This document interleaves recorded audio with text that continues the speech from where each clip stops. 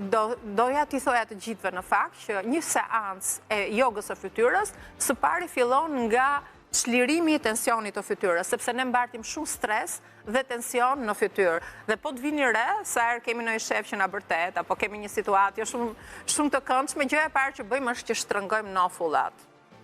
Dhe që këtu fillon kontraktimi i muskujve. Kështu që gjëja e parë që bëjmë është çlirimi i muskujve të fytyrës, rrjedhja limfatike që ta pastrojmë fytyrën nga të gjitha mbetjet limfatike, pra të bëhet rrjedhja e dur limfatike, dhe pastaj fillojmë me ushtrimet e face jogës. Pra, ka një lloj procedure, ka një lloj protokolli. Meqense jemi këtu, ndoshta ne folëm për qafën dhe thamë që bukuria fillon nga qafa dhe ne mund të bëjmë një ushtrim për qafën. Doja që me këta është një ushtrim që ju të gjithë mund ta bëni dhe mund ta bëni jo më shumë se 30 sekonda, edhe mund ta përsërisni edhe 3 herë në ditë. Ja sa i thjeshtë që është dhe mund ta bëjmë dhe së bashku.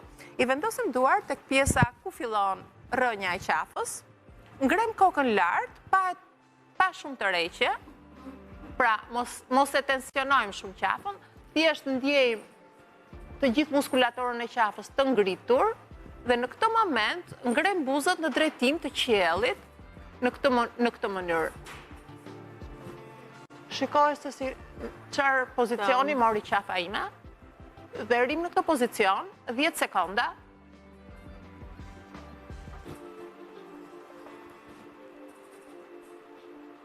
Dhe dalim.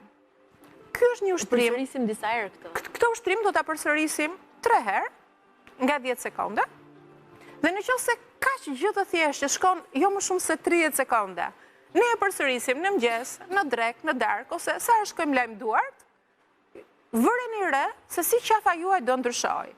Dhe nëse për një ushtrim, për shembull për një zonë të fytyrës, ne na duhen thjesht 30 sekonda, imagjinoni për fytyrën që nuk duhen më shumë se 10 minuta. 10 minuta janë një mrekulli nëse ne punojmë çdo ditë.